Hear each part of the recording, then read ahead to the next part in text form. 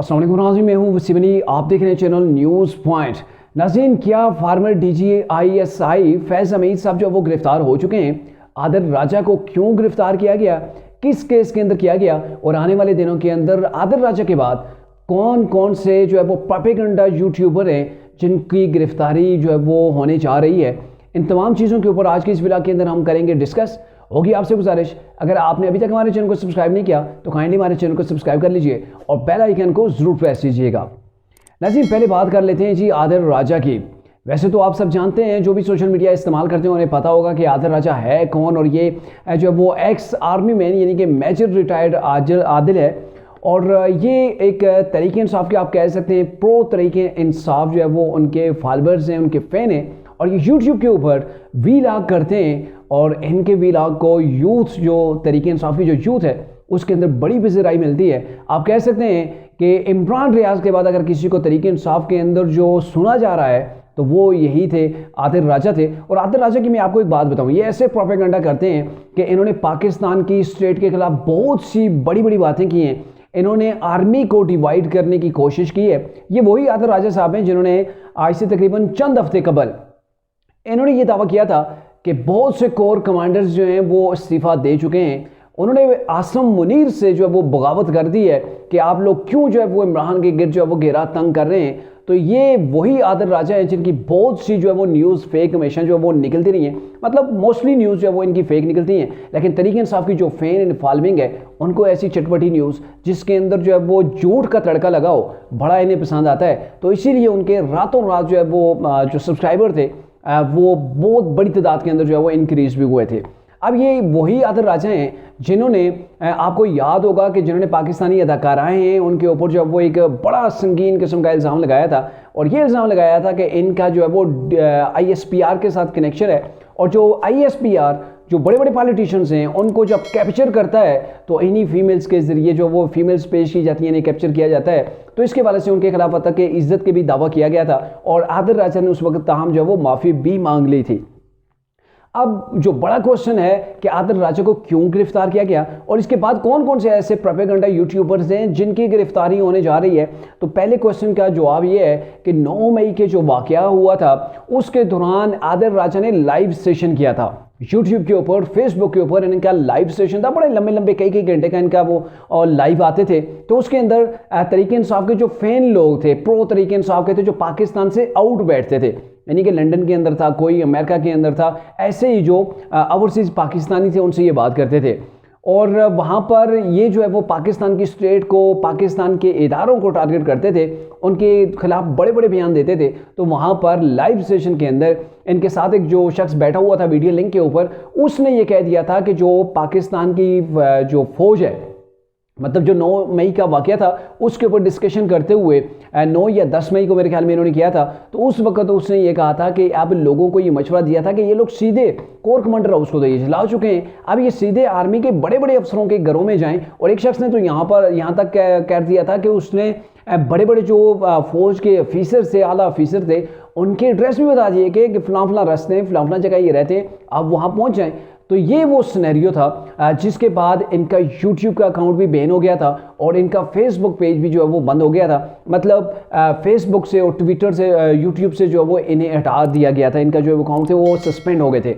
उसके बाद 12 मई को पाकिस्तान के अंदर ही इनके खिलाफ जो है वो FIR दर्ज हो जाती है। और ये एक नहीं है, इनके साथ और भी ऐसे लोग हैं जिसके अंदर आपने नाम सुना होगा, वजात सईद खान जो कि दुनिया न्यूज़ के ऊपर भी काम करते रहे हैं, उनका भी नाम था, क्योंकि वो भी प्रोपेगेंडा जो फौज है ना तरीके इंसाफ की, जो प्रो तरीके इंसाफ है, एंटी पाकिस्तान काम करते हैं, एंटी स्टेट काम करते हैं, एंटी जो है वो आर्मी काम करते हैं, एंटी स्टैब्लिशमेंट काम करने की कोशिश करते हैं। तो ये वो लोग हैं जिसके अंदर इमरान रियाज खान भी आते थे, और उसके अंदर आदिल राजा ने तकरीबन आप कह सकते हैं तमाम हदें जो हैं वो फलांगी हुई हैं। और इनके साथ वजात सईद खान थे, ये भी मौजूद हैं। शाहीन सबाई साहब जो आर्टिकल लिखते हैं वो भी इसी ज़ुमरे के अंदर आते हैं। हैदर मेहदी साहब हैं और आदिल राजा, इन लोगों के खिलाफ जो है वो FIR दर्ज की गई थी 12 मई को।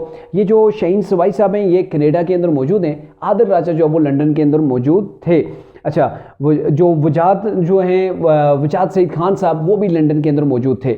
अब इन सब के खिलाफ जो वो एफआईआर पाकिस्तान के अंदर दर्ज हो गई थी। इससे पहले भी पाकिस्तान से कई बार जो है वो बरतानिया को जो है वो इनके खिलाफ जो है वो सबूत दिए गए या बातें की गई, इनके खिलाफ जो है वो कंप्लेंट्स की गई कि ये लोग हैं, ये मामला है। लेकिन उसके बाद 9 मई का जब वाक़या हुआ तो उसके बाद बाकायदा जो इनके पास जो सबूत थे वो बरतानिया को दिए गए कि ये आपकी जो सरजमीन है बरतानिया की, वो पाकिस्तान के खिलाफ इस्तेमाल हो रही है, पाकिस्तान को अनस्टेबल करने के लिए, अनबैलेंस करने के लिए वहाँ शख्स बैठ कर काविशें कर रहे हैं, कोशिशें कर रहे हैं, ये फलां शख्स हैं। अब जितने ममालिक के अंदर ये लोग मौजूद हैं, प्रोपेगेंडा फोर्स मौजूद है, चाहे बरतानिया के अंदर है जो, या फिर अमेरिका के अंदर है, कनाडा के अंदर है, किसी भी मुल्क के अंदर मौजूद हैं, तो उनके खिलाफ पाकिस्तानी गवर्नमेंट ने एक्शन लेने का फैसला किया था।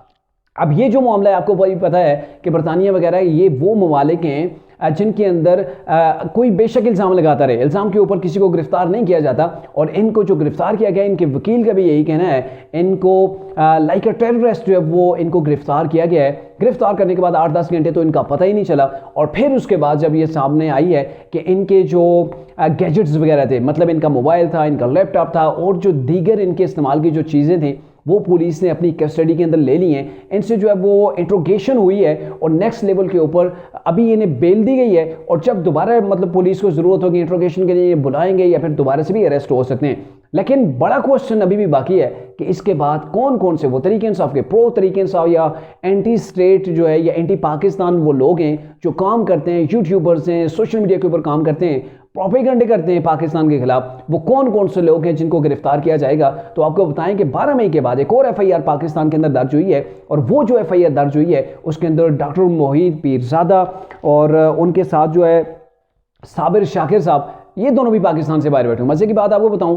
ये वो लोग बातें कर रहे हैं, वो पाकिस्तान छोड़ के चले गए हैं और बाहर से जाके जो है वो बातें कर रहे हैं। और आपको याद हो कि इमरान रियाज को जो लास्ट टाइम गिरफ्तार किया गया था, उनको एयरपोर्ट के ऊपर से गिरफ्तार किया गया था और पुलिस ने तमाम बाद में छोड़ दिया था। वो अदालत के अंदर उन्होंने फुटेज भी दिखाई है और उसके बाद से वो घूमे, अदरवाइज वो भी बाहर जा रहे थे।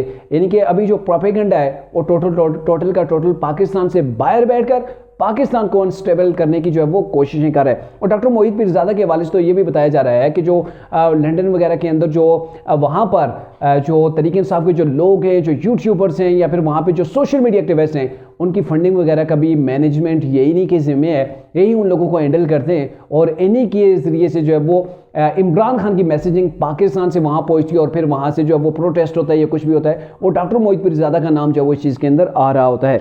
तो आने वाले दिनों के अंदर आप देखेंगे कि इनको भी मुमकिन तौर पर पाकिस्तान के अंदर बुलाया जा सकता है, पाकिस्तान के अंदर इनके लाकर पाकिस्तान की कोर्ट्स के अंदर इनका ट्रायल किया जा सकता है।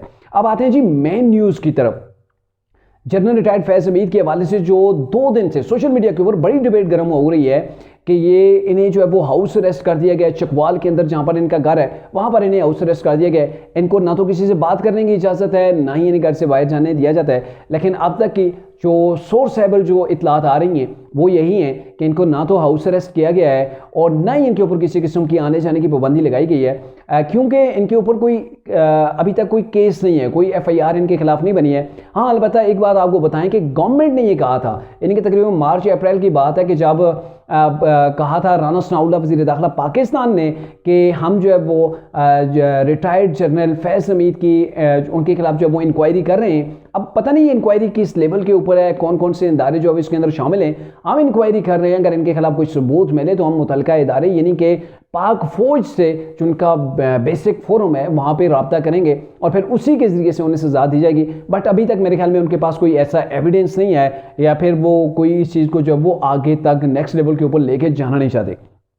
एक और भी इनके खिलाफ जो है वो दरख्वास्त आई थी, वो भी चकवाल के किसी आम शख्स ने दी थी या कुछ खास थे जिन्होंने दी थी, और उन्होंने वो ये दी थी कि इनका एहतसाब किया जाए, इनके जो असासे हैं, इनकी जो प्रॉपर्टीज़ हैं वो ज़्यादा बढ़ गई हैं, तो इसके हवाले से इनका एहतसाब किया जाए, उसकी जांच पड़ताल की जाए। तो वो नैब ने दरख्वास्त वापस कर दी थी। अगर ऑफिशियल्स कोई गवर्नमेंट का कोई इदारा हमें रिकमेंड करता है या फिर गवर्नमेंट हमें जो है वो दरख्वास्त देती है कि आप इनके खिलाफ तहकीकात करें, तभी जाके हम तहकीकात कर सकेंगे, अदरवाइज़ हम नहीं करेंगे। तो अभी ये डिबेट सामने आ रही है, बातें वो चल रही हैं, नाम सामने आ रहा है कि 9 मई का जो वाक़या हुआ था उसके पीछे इमरान को मशवरा देने वाले भी यही जनरल रिटायर्ड फैज़ हमीद थे, उन्होंने मशवरा दिया था कि 9 मई को आपने ऐसे एक्टिविटी करनी है, ऐसे अपने प्रेशर बिल्ड करना है। बट इसके भी कोई सबूत मेरे ख्याल में अभी शायद मौजूद नहीं होंगे, क्योंकि अगर सबूत मौजूद होते तो अब तक FIR भी हो चुकी होती और उनके खिलाफ जो वो ट्रायल भी शुरू हो गया होता।